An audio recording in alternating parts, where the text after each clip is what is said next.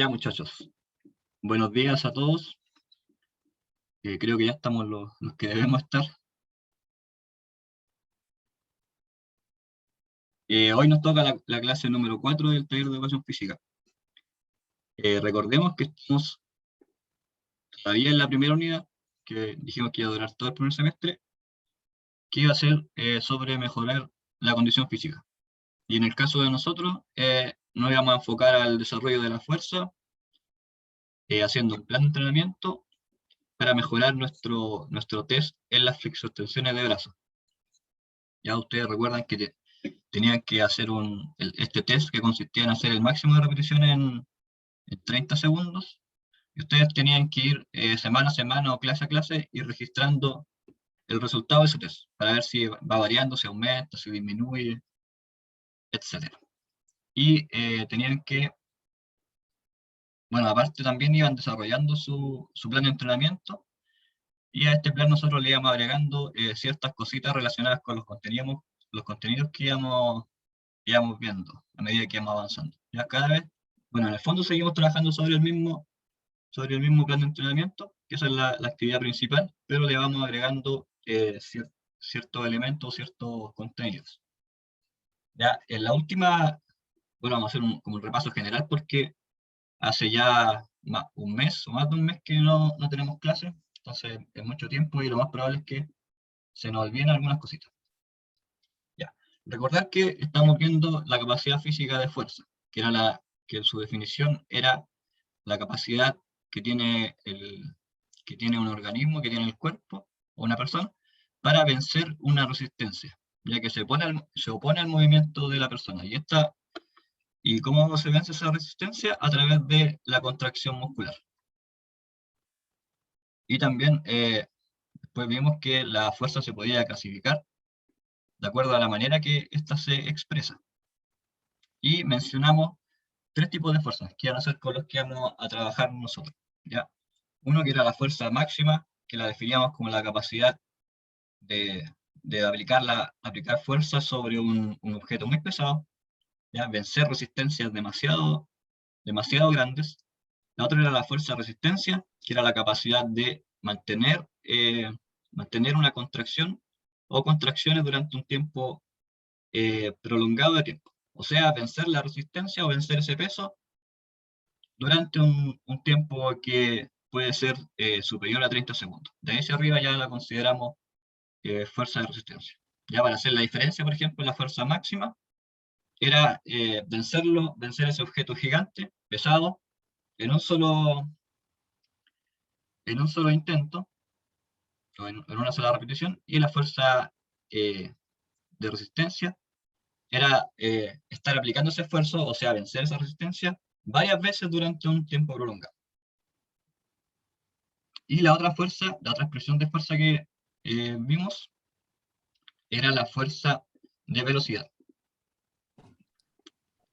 que consistía en aplicar la fuerza en el menor tiempo posible, ¿ya? Y tenía que ver un poquito también con la explosividad de los movimientos. Y ahí poníamos de ejemplo, como ejemplos de fuerza de velocidad, eh, el golpe del balón en el fútbol, por ejemplo, que el movimiento de la pierna es un movimiento súper rápido, pero a la vez le imprime una gran cantidad de fuerza al balón para que éste realice su trayectoria.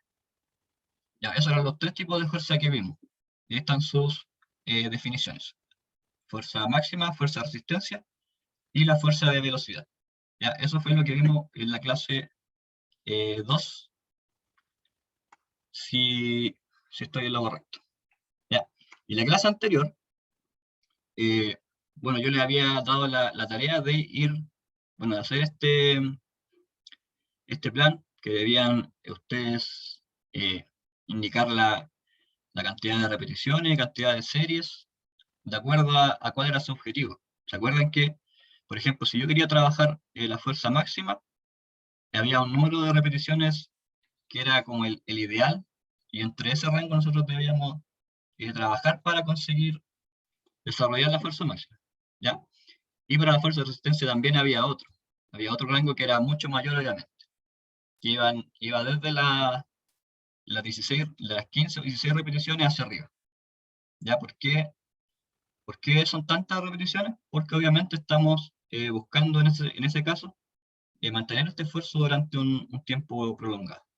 Ya en cambio, en la fuerza máxima eran poquitas repeticiones porque el esfuerzo o la cantidad de fuerza que nosotros aplicamos en el movimiento es demasiado grande. Entonces, es tan grande que no nos va a poder permitir realizarlo un mayor número de veces. Por eso las repeticiones, cuando queríamos conseguir fuerza máxima, iban desde una repetición hasta 5 aproximadamente, 5 o 6, bien poquito. ¿Ya? Y también agregábamos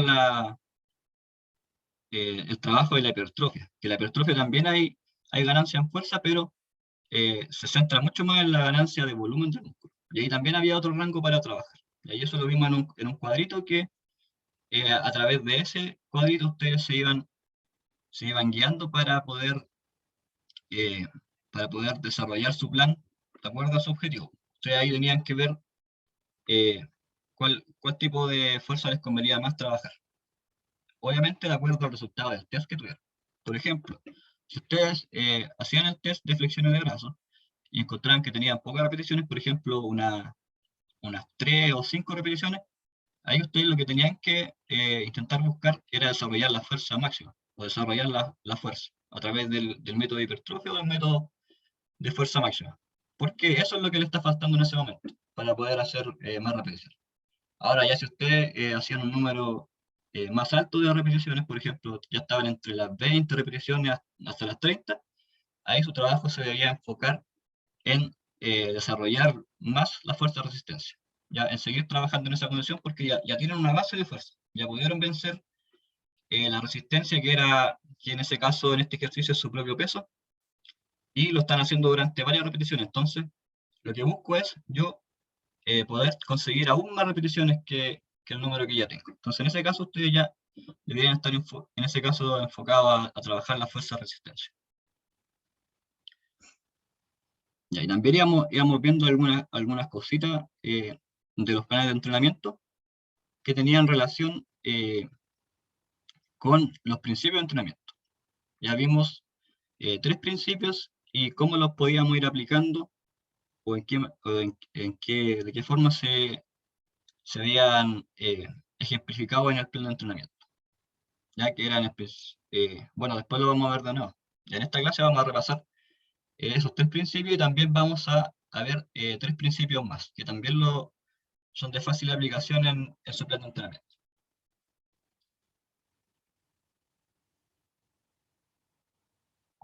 Ya, como retroalimentación de la última guía, que era una guía formativa,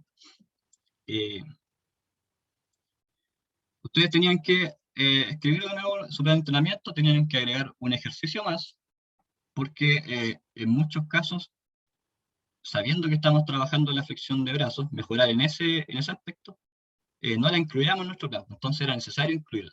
Y ahí agregábamos un ejercicio más. Y en el caso que ya estuviera presente como ejercicio dentro de su plan, agregaban otro ejercicio que también trabajara algún músculo implicado en ese movimiento, ya que dentro de los músculos implicados ahí teníamos el pectoral, teníamos el tríceps y el deltoide, ¿ya? Y en proporción menor también teníamos el abdomen, que estaba contraído, bueno, que siempre participa en la mayoría de los ejercicios porque gracias a través del abdomen, de la contracción del abdomen, nosotros podemos mantener una posición. Ya nos ayuda en el control corporal y en mantener esas posiciones de manera estable.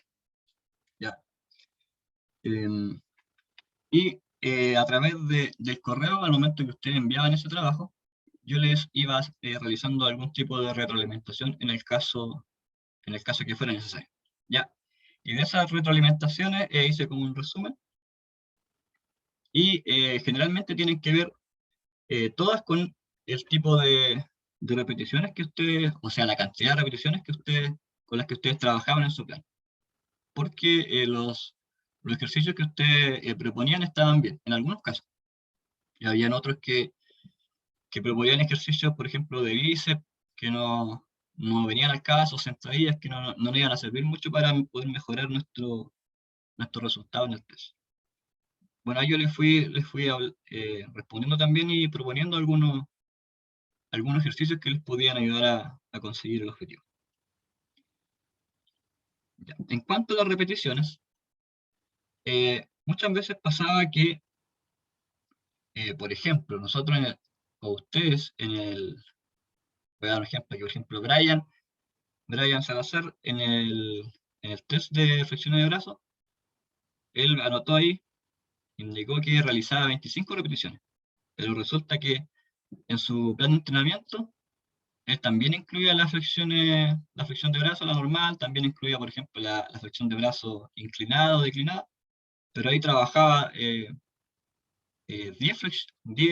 repeticiones. ¿No? Entonces ese número es demasiado bajo, de acuerdo a lo que él es capaz de hacer. ¿Ya? Si él realiza 25 repeticiones en el test, debería tratar de buscar un número más o menos cercano a ese resultado para que esa carga que está realizando, esa cantidad de repeticiones, cumple con uno de los principios que habíamos visto, que era el principio del estímulo eficaz. Porque si la cantidad de repeticiones es demasiado baja, no va a producir ningún efecto, ninguna mejora en el resultado del test. Entonces ahí yo les fui indicando que tenían que ir aumentando un poquito más la repetición eh, para que el resultado, o sea, para que su plan de entrenamiento fuera efectivo. También con respecto a la repetición está el caso contrario, en que en el test, por ejemplo, realizaba 3 repeticiones solamente.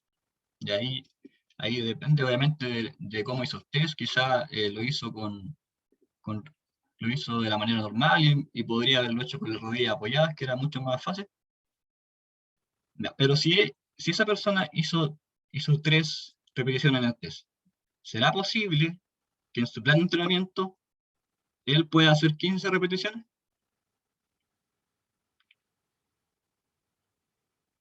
Puede indicar ahí que hace, por ejemplo, en el mismo ejercicio, en la flexión de brazo en su plan de entrenamiento, realiza 3 series de 15 repeticiones. ¿Será posible eso?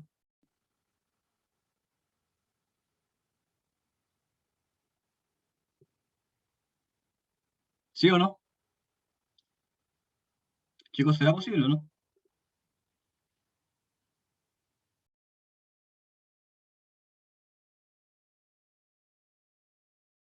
No, No, pues oye, ¿por qué no? A ver, ¿por qué no respondió? El Marco Vega. ¿Por qué no será posible? porque al final la va terminando haciendo de forma incorrecta o no va a poder terminarla. Claro, porque obviamente el test me indica a mí cuál es el nivel de esa persona, hasta qué punto va a llegar antes de llegar a la fatiga. ¿Ya? Y si hace 3 repeticiones, es imposible que él logre hacer 15 repeticiones en su plan de entrenamiento, pues en una serie. Ya tal como dice Marco, va a llegar a la 3 y después la otra, la 4, la va a hacer a media, le va a costar, va a tener que descansar un cierto tiempo, y así no funciona la serie. La serie tiene que realizarse completa y después viene el descanso. No podemos hacer un descanso entre medio de la serie, si no, no estamos haciendo un plan efectivo. ¿Ya? Entonces, esos serían los dos casos de acuerdo a las repeticiones o a las correcciones que había que hacer, de acuerdo a las repeticiones que ustedes le asignaban a cada uno de los ejercicios. Y el otro tema era respecto a la complejidad del ejercicio. Por ejemplo, eh, tenemos la flexión inclinada, que es donde nosotros ponemos las manos más alto que los pies, que la posición de los pies. Por ejemplo, nos apoyamos con las manos sobre una silla y los pies en el piso. Y tenemos la flexión declinada, que es al revés, ¿ya? Que las manos van en el piso y los pies van en una posición un poquito más alta, que puede ser arriba de la silla, arriba de la cama, etc. Arriba del sillón también. Entonces, de los dos ejercicios, ¿cuál es el más complicado? ¿Ya? ¿Cuál es el más complicado, chicos? ¿Donde tengo los pies sobre la posición de las manos o donde tengo las manos sobre la posición de los pies? ¿Cuál de los dos es más difícil? La de los pies sobre la posición de las manos. Los pies sobre la posición de las manos. Excelente. ¿Ya? ¿Por qué? Porque ahí estoy dirigiendo todo el peso de mi cuerpo sobre mis hombros, sobre mis brazos y sobre el pecho. ¿Ya? En cambio, cuando tengo las manos apoyadas más arriba, todo el peso que queda del tronco hacia abajo está apoyado en el piso, entonces no recae sobre las manos. ¿Ya? Entonces en ese caso es mucho más complicado la flexión declinada, donde tengo las manos más abajo que la posición de los pies. Por lo tanto, en ese caso yo debería, o por lógica, y de acuerdo a la complejidad, debería asignarle menos repeticiones al ejercicio que es más complejo, en este caso a las flexiones declinadas, y más repeticiones al ejercicio que tiene menor complejidad, que sería la flexión inclinada o, por ejemplo, la flexión normal. ¿Vale? ¿Se entiende esa partecita? Ya, es una cosa de lógica, chiquillos. No puedo pretender hacer más repeticiones en un ejercicio que es más complejo y hacer pocas repeticiones en un ejercicio que es menos complejo. ¿Ya? Si es menos complejo, obviamente yo puedo hacer un poquito más de esfuerzo en ese caso. Ya, eso sería con respecto a la guía y con respecto a la retroalimentación en general que realizamos. En el caso de que yo le escribí que estaba todo corto, porque obviamente estaba bien y no teníamos nada más que agregar. Ya, el otro tema importante que vimos en la clase pasada tenía que ver con las contracciones musculares, que teníamos dos tipos de contracción muscular. Una era la contracción isométrica, que se daba cuando el músculo se contrae, pero no hay movimiento. ¿Ya? Y ahí tenemos el ejemplo que está en pantalla, el primero, el de la letra A, donde estamos haciendo un ejercicio de curl de bíceps, pero está, bueno, el sujeto aquí está con una mancuerna, ¿cierto? Pero aquí no hay movimiento. Él mantiene esa posición del brazo y sostiene la mancuerna. Obviamente está evitando que la mancuerna baje, que provoque el movimiento en ese brazo. ¿Ya? Entonces, en ese caso, tendríamos la contracción isométrica. Ya, aquí tengo la mancuerna. Entonces, realizando o sea, ejemplificando la contracción isométrica, una contracción isométrica sería esto. ¿Ya? Yo mantengo la posición y contraigo el músculo, pero no hay movimiento. Lo único que estoy evitando es que se produzca esto. ¿Ya? ¿Y cómo lo evito? Manteniendo esta posición estable con la contracción muscular. ¿Ya? En ese caso, el músculo que aquí está participando el bíceps, que es el músculo que está en esta zona,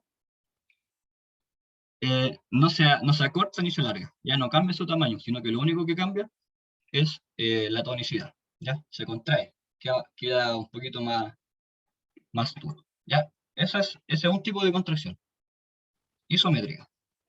Y el otro tipo de contracción era la contracción isotónica, en donde aquí sí había movimiento, ya, y sí hay acortamiento del músculo y estiramiento del músculo, ya, producido obviamente por el movimiento. Y aquí estaba la diferencia, ya, porque en la contracción isométrica solo era eso el término, contracción isométrica. Pero en cambio, en la contracción isotónica teníamos dos tipos de contracción isotónica, ¿ya? Que tenía que ver con las fases del movimiento en este tipo de contracción. La primera era la contracción concéntrica, en donde se busca acercar un poquito las extremidades y por eso se produce un acortamiento del músculo. Ya el músculo se hace como pelotita. Y aquí en el músculo aquí del bíceps es mucho más fácil ejemplificarlo, porque yo hago así, inmediatamente siento que se acortó y voy a sentir la pelotita que se forma ahí. ¿Ya? Esa es una fase, la fase concéntrica, y la segunda fase es la fase excéntrica, ya que es cuando se produce el, el alargamiento o el estiramiento del músculo, ¿ya? Para poder alejar estos dos segmentos que aquí sería el antebrazo del brazo. ¿Ya? ¿Hay claridad con eso, chiquillos? ¿Se entiende bien?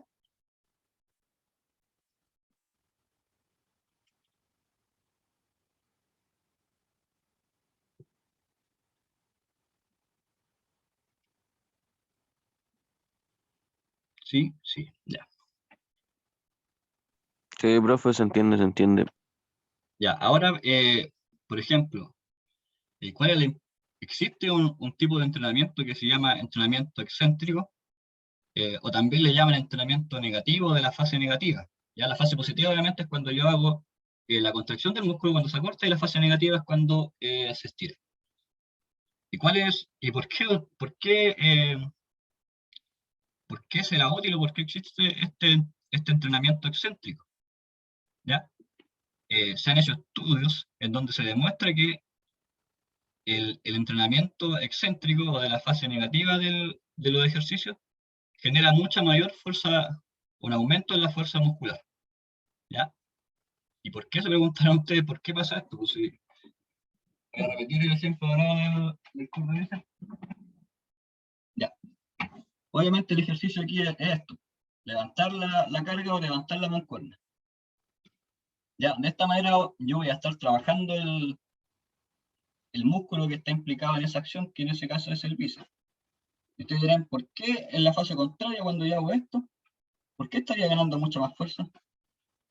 Ya, resulta que cuando yo hago este movimiento, que es el normal, el concéntrico, estoy generando toda la fuerza, o concentrando toda la fuerza en la acción de este músculo solamente, del bíceps. Pero cuando yo lo hago en la fase excéntrica, o sea, parto el ejercicio desde aquí arriba, y empiezo a hacer la fase negativa lentamente, ya, resulta que no solamente está participando el bíceps, que es el músculo principal de ese ejercicio, sino que también está participando este músculo que está atrás, que es el tríceps, ¿ya? Ese músculo está participando a la misma vez. Entonces, si hacemos una suma total de fuerza, aquí, en este movimiento, estaría participando un músculo solamente. Pero al realizar la fase excéntrica, ya estoy aplicando otro grupo, o sea, implicando otro grupo muscular más en el movimiento. Entonces, si sumo la fuerza que primero hacía solo con el bíceps, y después sumo la fuerza que hago con el bíceps y con el tríceps al hacer la fase excéntrica, la sumatoria de fuerza es mucho mayor en el ejercicio excéntrico. ¿Ya? Y por eso me permite un aumento mayor de la fuerza que los ejercicios concéntricos. ¿Ya? Esa es la importancia del trabajo excéntrico. Ya, vamos a ver algunos ejemplos ahora.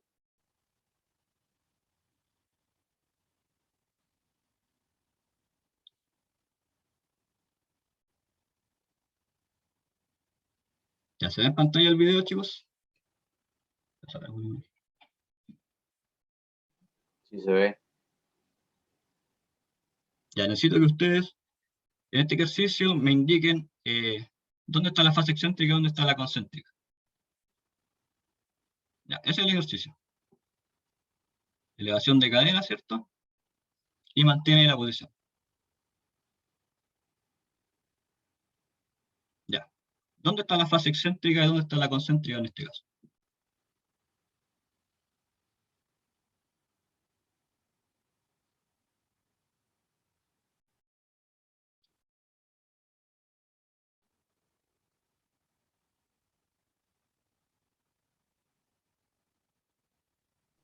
¿Cómo? ¿En qué músculo? ¿En qué ¿En qué parte fase del del movimiento está la fase excéntrica y concéntrica?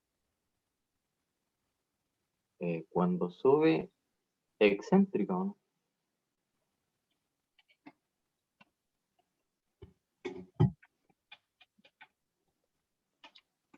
¿Qué pasa, chiquillos?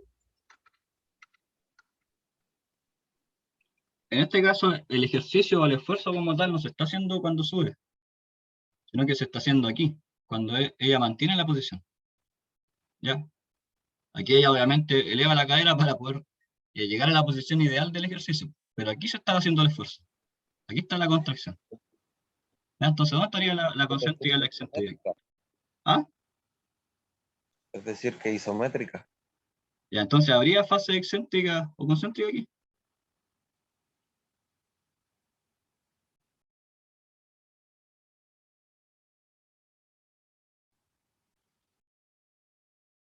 El compañero que dijo recién que era isométrico este ejercicio está en lo correcto, pues, y acá arriba dice también. ¿Ya? Entonces, ¿habría fase excéntrica y concéntrica aquí? No, porque no hay movimiento. Bien, exacto, súper bien. ¿Ya? Entonces, en este ejercicio no hay fase ni excéntrica ni concéntrica, porque es un trabajo isométrico. ¿Ya? Aquí lo único que hay, no hay acortamiento del músculo, tampoco hay alargamiento, no hay movimiento, lo único que hay es que aumenta la tensión, no va todo. ¿Ya? La longitud del músculo no varía. Ya, súper bien. En este no hay. Ya, vamos a ver esta. Sentadilla. Ya todos conocemos este ejercicio porque es de los más básicos de los que se utilizan. Ya, ahí bajamos.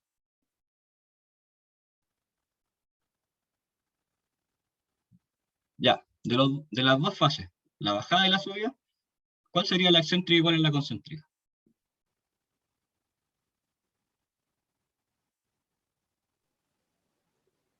La bajada a la La concéntrica. bajada es concéntrica y la subida es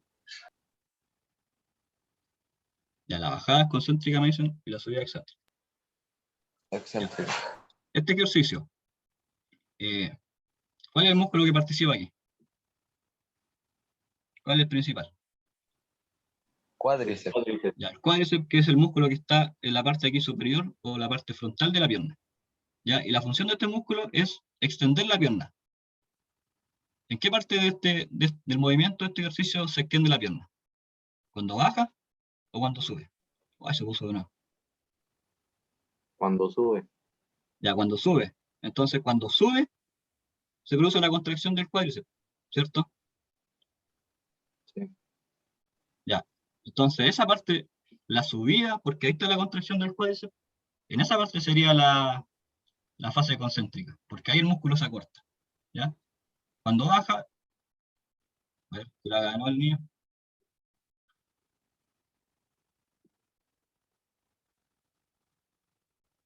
Ya, ahí cuando ella baja, el músculo principal de este ejercicio se extiende y se relaja. ¿Ya? Aquí baja porque participa el músculo que está acá atrás, que es el isquiotibial. Ya, ese produce que se flexe la pierna, en ese caso.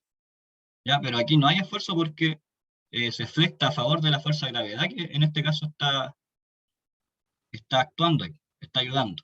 ¿Ya? El esfuerzo aquí es levantarse, porque ahí yo estoy diciendo la fuerza de gravedad que en este caso está actuando sobre mi cuerpo. Entonces la fase concéntrica, donde se acorta el músculo principal, que es el cuádriceps, estaría ahí, cuando subo. ¿Ya? Vamos ahora con este. Ya, este no lo voy a mostrar porque el ejemplo que les doy siempre. Ya una dominada. ¿Ya? ¿Cuál sería la fase excéntrica y concéntrica? ¿Cuando baja o cuando sube? Cuando sube concéntrica. Ya, excelente. Cuando sube, en la subida es concéntrico. Aquí el músculo principal es el dorsal, que está aquí por el costado de la espalda. Y lo que permite ese músculo es que el brazo se apegue aquí al tronco. ¿Ya? Es como que lo tira así. Si mi brazo está aquí extendido, ese músculo me tira el brazo hacia acá. Ya, por eso que nos da la impresión bueno, es lo que sucede en realidad, de que el deportista en este caso acerca su cuerpo hacia la barra, ya porque los brazos aquí están fijos, pero para que se acerque el cuerpo es necesario que el dorsal tire el brazo hacia el cuerpo. Entonces,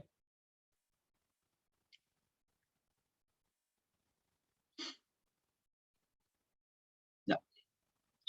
Entonces ahí se produce la fase concéntrica, porque ahí se contrae el músculo que es el deltoide, perdón, el dorsal, para que el chico aquí pueda pegar la barra a su cuerpo. Ya. Y acá, en un abdominal, ¿dónde está la fase concéntrica? ¿Dónde es la fase concéntrica? Cuando sube. Bien, cuando trata de pegar el tronco a las piernas, o de acercarse a las piernas, ahí se produce la fase concéntrica, porque ahí se produce la contracción o el acortamiento del músculo, que en este caso es el abdominal. Ya, explicable. Ya en este, va a ser el último. Aquí, se llama Australian Dip, perdón, Australian Pull-Up, que es un ejercicio de calistenia. Es cuando sube, profe. este ejercicio es lo mismo o cumple el mismo objetivo que hacer la dominada en la barra. Ya la única diferencia es que aquí tiene un grado menor de dificultad porque este peso de acá, que es el peso de las piernas, está sostenido, está aguantado por el piso. Entonces, lo que él acerca aquí a la barra, el peso que acerca es el peso de acá arriba, ¿no?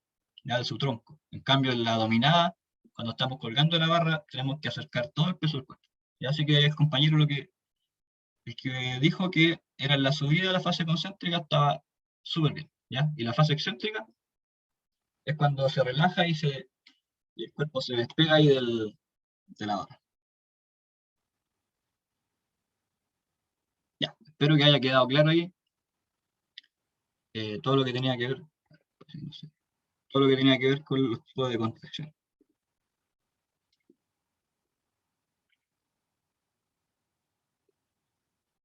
En resumen, isométrico no hay movimiento, solo contracción del músculo, hay un aumento del tono, y concéntrico, y isotónico, ahí tenemos dos fases, la concéntrica y la excéntrica, ¿ya? Y aquí sí hay acortamiento y alargamiento del músculo, por lo tanto, hay movimiento. Ya. Avanzamos ahora. Entonces ahora nos metemos de lleno a lo que son los principios del entrenamiento. Ya, si ustedes ven esa imagen, que ahí tenemos a Moisés sosteniendo las tablas de la ley o los 10 mandamientos. Con respecto a esta imagen, ¿cómo ustedes podrían definir lo que es un principio del entrenamiento? Si hacemos las relaciones entre la palabra principio de entrenamiento y la imagen que tenemos a Moisés ahí sosteniendo las tablas de la ley. ¿Cómo lo podríamos definir? Que no pueden faltar. Ya, son imprescindibles. ¿Ya? Súper bien ahí. ¿De qué otra forma?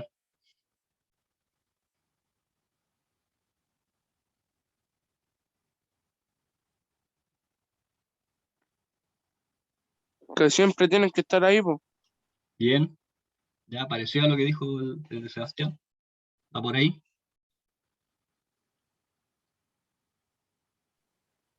Que sirve para varias personas. Sirve para varias personas o aplica para varias personas. ¿Ya cuál más? A ver si estamos hablando de leyes o de mandamientos.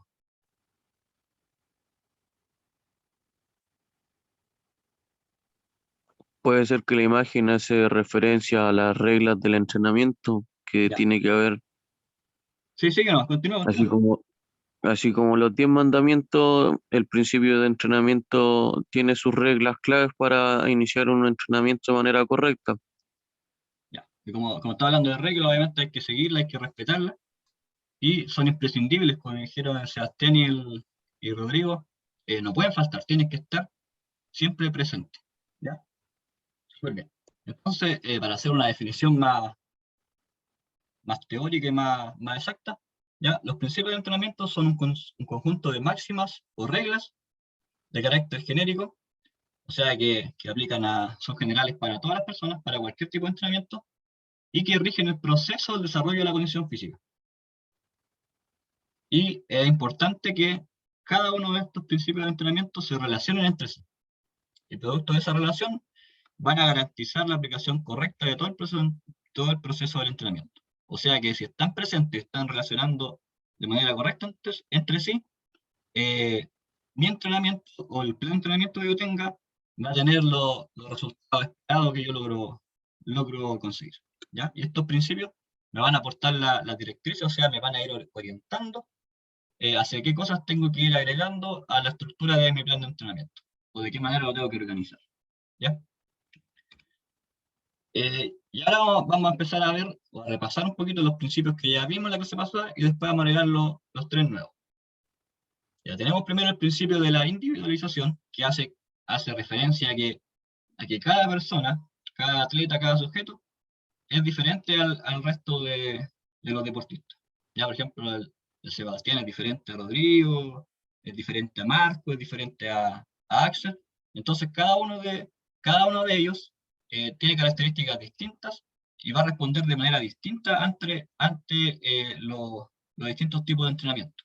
¿Ya? El mismo plan de entrenamiento no le va a servir a todos porque no tienen las mismas las mismas características, ¿ya? Y esas características que pueden condicionar al atleta son las que están aquí en el mapa conceptual, ¿ya? Que tiene que ver con la edad, con aspectos de motivación, ¿ya? Puede que un día Sebastián no llegue con ganas de entrenar, entonces no va a tener el efecto deseado, y ese mismo día Rodrigo sí andaba motivado y a Rodrigo sí le va a funcionar, con la personalidad que tienen, su condición física, la condición inicial, si se recuperan más rápido, se recuperan más lento, todo eso va a generar o va a influir en el rendimiento de un deportista a la hora de hacer su plan de entrenamiento. Y aquí tenemos la imagen, por ejemplo, una persona ya mayor,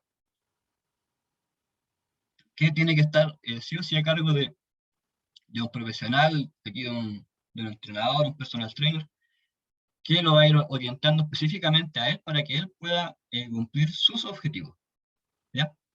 A eso es el proceso, hace referencia al proceso de la individualización, ya que cada persona tiene sus características propias que lo hacen único, y el entrenamiento, obviamente, o la planificación del entrenamiento tiene que ir orientado hacia las características que tiene esta persona, ya, porque ese entrenamiento le servirá a él solamente y no a otra persona.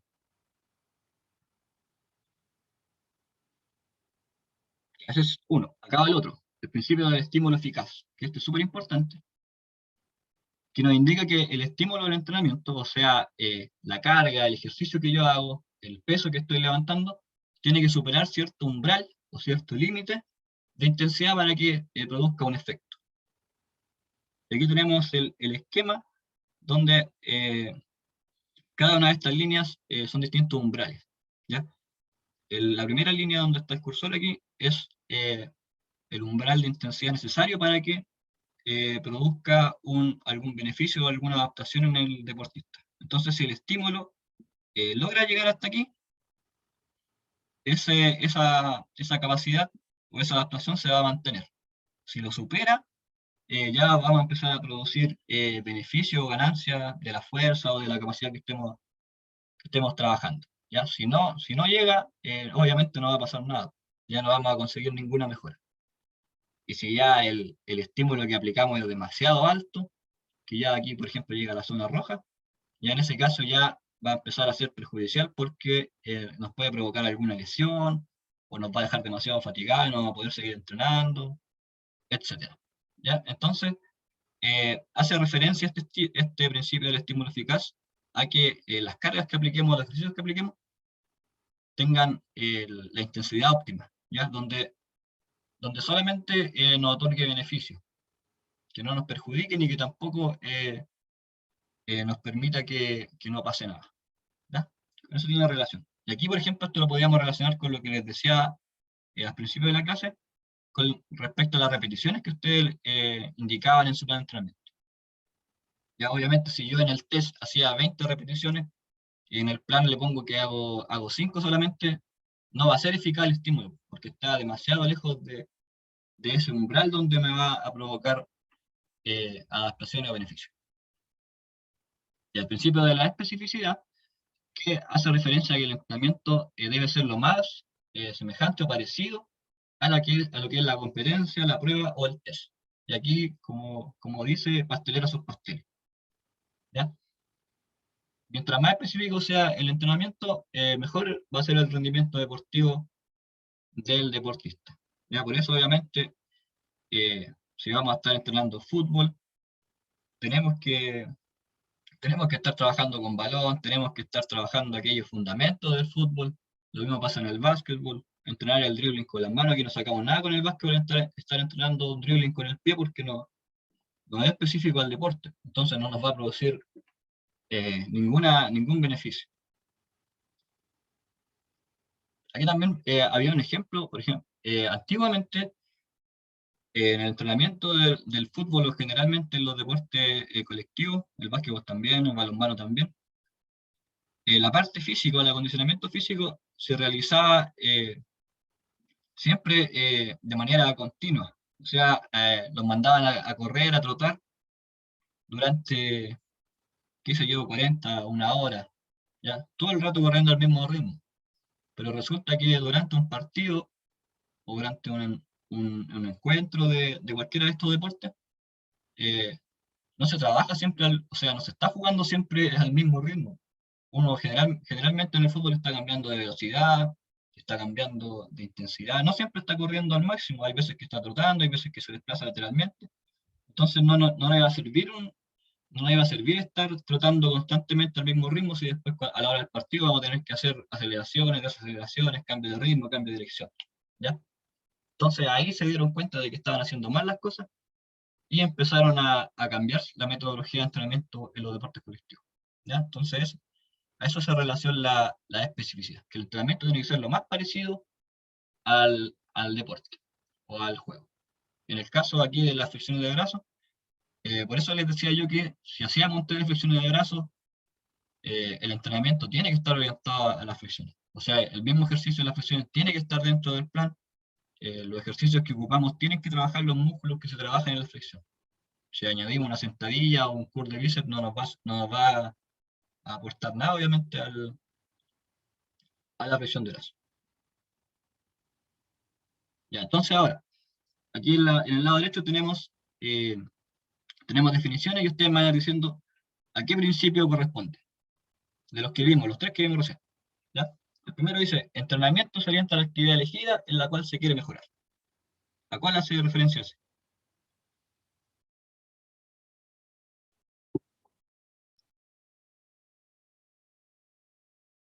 ¿A qué principio hace referencia?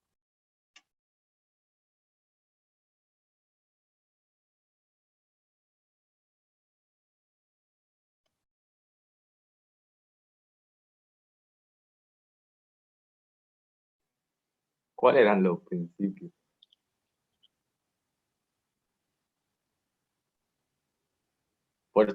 No, eso no era. Es que Tenemos el de olvidaba. individualización, estímulo eficaz Ya, y especificidad. Ya. ya. El entrenamiento se orienta a la actividad elegida en la cual se quiere mejorar. Ya. Especificidad. Ya, es medio enredado el Ya, nombre, pero está bien. Sebastián ahí, Jaime por el chat. Correcto. Especificidad. Ya. El segundo, considera las características que cada persona atleta tiene para cumplir los objetivos. Individualidad. Ya, excelente. Individualidad. O individualización. ¿Ya? Y el último, que las cargas tienen que ser suficientemente altas para generar algún cambio o beneficio en el atleta. Eso de eficaz. Ya, estímulo eficaz. Súper bien. Ya, seguimos ahora con los siguientes 3 que vamos a incluir hoy día. El primero es el principio de la progresión. Que indica que la elevación de las cargas tiene que ser de manera gradual. ¿Ya? Para que el atleta se vaya adaptando primero a esa carga. Cuando hablo de carga me refiero al peso que estamos levantando. Y luego de eso ir aumentando esa carga. ¿Ya? Para que se produzcan nuevas adaptaciones y así vaya mejorando nuestra condición física que estemos trabajando. Aquí hay un diagrama bien claro, donde dice que esa carga, obviamente, que está aplicada en este peldaño, va a provocar una adaptación o algún beneficio, va a aumentar la fuerza, y después yo tengo que ir aumentando esa carga, ya para que la adaptación sea aún mayor, y no siempre mantenerme en el mismo nivel. Y acá abajito tenemos un ejemplo claro de progresión, que es el aumento aquí de este caballero. Ya que primero empieza con cierto peso aquí en la barra, tiene cierta musculatura, después aumentó su musculatura, aumentó la fuerza obviamente, entonces tuvo que añadirle más peso, añadir más carga a su entrenamiento para mejorar tu vida. Ya, y al final está mamadísimo, como se dice ahora, y ya le puso harto peso aquí, entonces ya está bien maquinón. ¿Ya? Ese es el principio de la progresión, siempre ir aumentando para que las adaptaciones también vayan siendo mayores. Si yo me adapto y mantengo el estímulo, me voy a quedar siempre ahí, no voy a mejorar nada. El otro es el principio de la continuidad, que tiene que ver con la necesidad de ejecutar continuamente el estímulo de estos entrenamientos para que se produzcan las adaptaciones que nosotros andamos buscando. ¿Ya? Y hay que tener en consideración que obviamente después de realizar alguna sesión de entrenamiento, tengo que descansar para que se puedan producir esas adaptaciones, para que mi cuerpo recupere toda la reserva energética y así rendir de buena manera en el siguiente entrenamiento. ¿Ya? Entonces, en este principio lo que busca es poder distribuir la sesión de entrenamiento de manera correcta durante una semana, por ejemplo, considerando que tiene que haber un tiempo de descanso. Y aquí hay 5 ejemplos de cómo debe ser y cómo no debe ser. ¿Ya? Aquí el primero está excelente y el más recomendado siempre, porque entre cada día tengo un día de descanso. Ya aquí después del sábado al domingo voy a tener 2, pero luego ya voy a volver de nuevo el lunes a entrenarlo nuevamente. En el segundo me dice, ya entreno el lunes y martes y el resto de la semana no pasa nada. Entonces ahí se pierde esta continuidad. Y se va a perder también la adaptación que puede haber conseguido aquí. ¿Ya? El segundo también está bien, entreno 2 días, descanso 1. El cuarto, obviamente, el que más le pasa a todos, que se levanta un día a la mañana y dice, ya, hoy día me voy a poner fitness, y entrenan una vez y después no entrenan hasta 4 meses más. ¿Ya? Entonces esa sería una manera incorrecta aquí de no estaríamos cumpliendo con el principio de continuidad. Ahí en la última también, entreno 3 días seguidos, aquí descanso, voy a descansar el jueves, después entreno 2 y descanso el domingo. ¿Ya? Continuidad. Principio de la variedad. Tiene relación con que el entrenamiento tiene que ser variado, no tiene que ser siempre igual, para que de esta manera la acomodación orgánica o las adaptaciones que suceden en el organismo vayan cambiando también. Ya tiene que ver con evitar el aburrimiento durante un entrenamiento. No puedo hacer siempre lo mismo porque si no mi cuerpo se va a acostumbrar a eso y no va a salir jamás de ahí. Por eso tengo que ir subiéndole las cargas, subiendo las repeticiones, subiendo las series, o al otro día bajar esas repeticiones, bajar las series, etc. Ya tiene que ver con los cambios. No es necesario tampoco que todos los días haga ejercicio distinto, porque si no, no va a haber adaptación. Si estoy cambiando todo el rato el estímulo, no va a haber un acomodamiento ahí del organismo, pero cada cierto tiempo se tengo que irla variando para ir mejorando. Y este principio se relaciona también con el de progresión. Ya tiene relación con el de progresión. Y hay un montón de factores que yo puedo variar. Aquí está mencionado. El peso que le aplico, la carga, el tipo de ejercicio, la velocidad con la que hago el ejercicio. Si un día, por ejemplo, me pongo a poner énfasis en la fase excéntrica, por ejemplo, hago la fase concéntrica y la excéntrica la hago lentita. Todas esas variantes que le voy agregando al entrenamiento van a ir en beneficio de mi rendimiento. ¿Ya? ¿Alguna duda con los últimos 3 principios?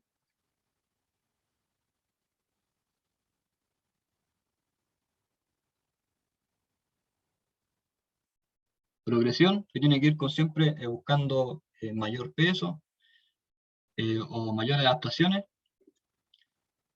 El de la continuidad, de ir repitiendo de manera continua el entrenamiento, no descansar, o sea, no hacerlo un día y descansar 2 meses. Y el de la variedad, que yo tengo que ir variando ciertos estímulos cada cierto tiempo para producir nuevas adaptaciones al organismo. Entonces hoy día ya vimos 6 principios. Y ahora les voy a mostrar la guía. Ya. Usted después de que termine esta clase, se va a ir inmediatamente a hacer el test de flexiones de brazo. Ya, porque en todo este mes que pasó entre la clase 3 y esta clase, yo creo que se olvidaron de hacer el test. ¿Ya? Entonces usted termina la clase y lo hace al tiro. ¿Cuántas repeticiones o cuántas flexiones de brazo va a hacer en 30 segundos? Entonces usted después viene acá y anota aquí. Y ahí se ven 26 repeticiones. Me tomé la frecuencia cardíaca antes del test. ¿Cuánto tuve?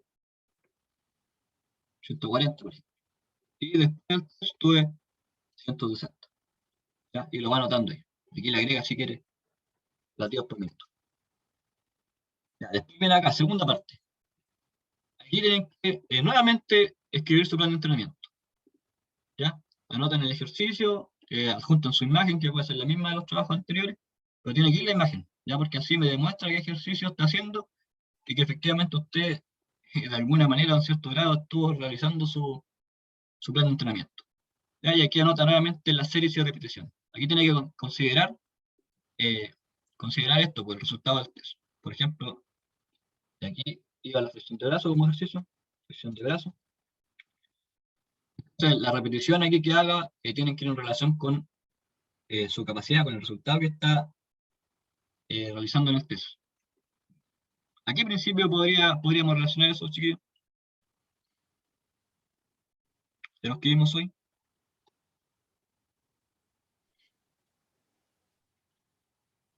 Que las repeticiones que yo agregue aquí tienen que estar en relación con mi condición respecto al test.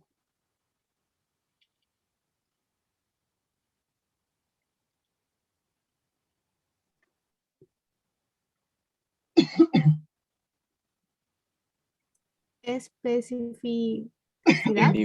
Individualidad. Ya, los dos que hicieron súper bien. Tiene relación con la especificidad y con la individualidad. Ya, entonces aquí yo debería anotar un número cercano a los 26. Un 20 repeticiones estaría bien. 4 series de 20 repeticiones.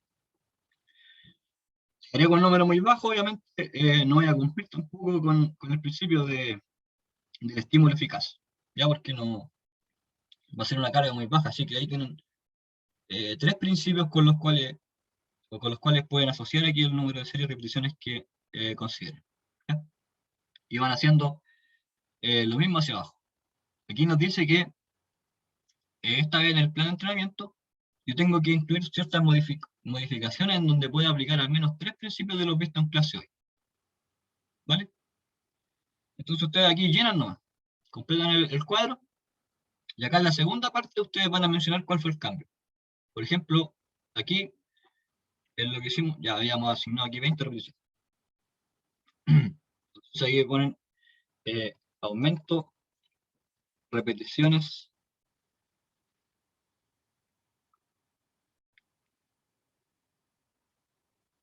para el ejercicio flexiones de brazo. ¿Ya? ¿Y qué principio, o a qué principio se relaciona eso? Aquí ya anoto el de, por ejemplo. A la progresión, ¿no? No, pero con respecto a lo que mencionaron, el de estímulo eficaz.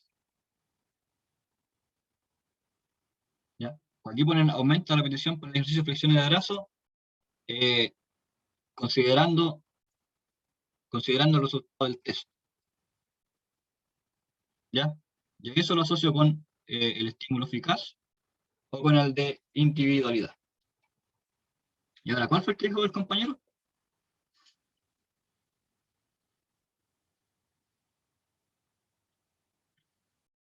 El que habló recién, ¿cuál fue el principio que dijo?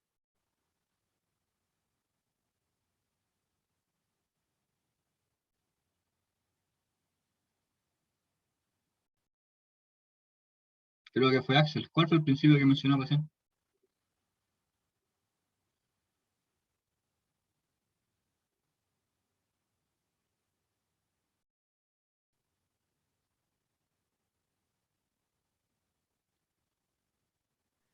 ¿Se escucha o no, chiquillos? ¿Y se escucha, profe? Ah, ya, pero el compañero que habló entonces recién, ¿cuál fue el principio que mencionó? Progresión creo que mencionó, Ya. profe. Entonces progresión, anotemos aquí, progresión.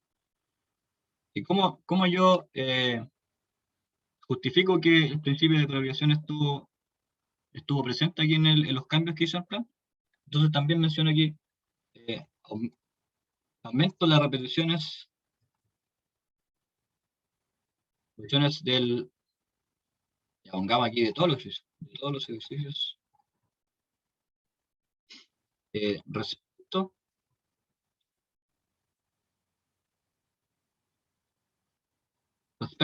al trabajo número 3. Ya, porque en el trabajo número 3, por ejemplo, aquí ya agregó fondo tríceps, y en el trabajo 3 o en la guía anterior usted estaba haciendo 6 repeticiones.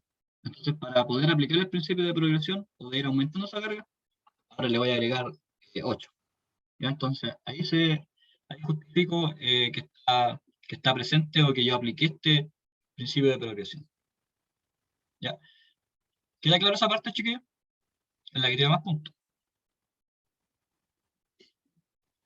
Tienen que ser bien específicos ahí para decirme cómo cambió, o qué cambio le hicieron a su trabajo. Ahora, por ejemplo, igual podría ser, cambian, sustituyen un ejercicio por el otro, y esa, ¿cuál sería, a qué principio sería? Si yo cambio un ejercicio por otro.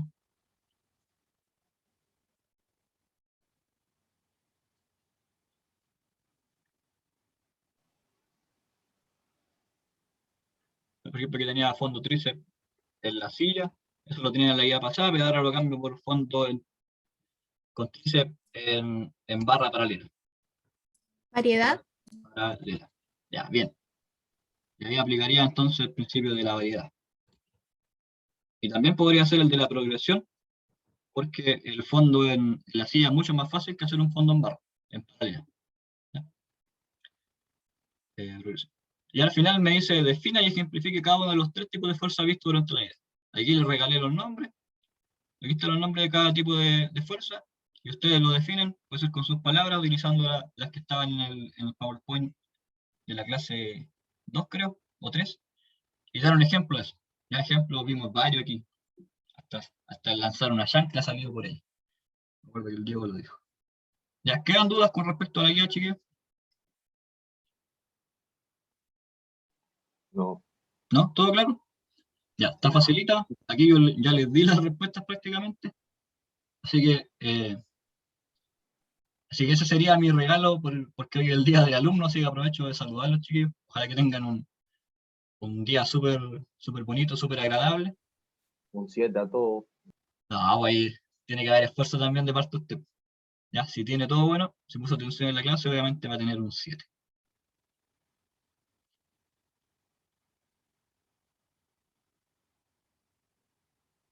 ¿Qué más me queda mencionarles?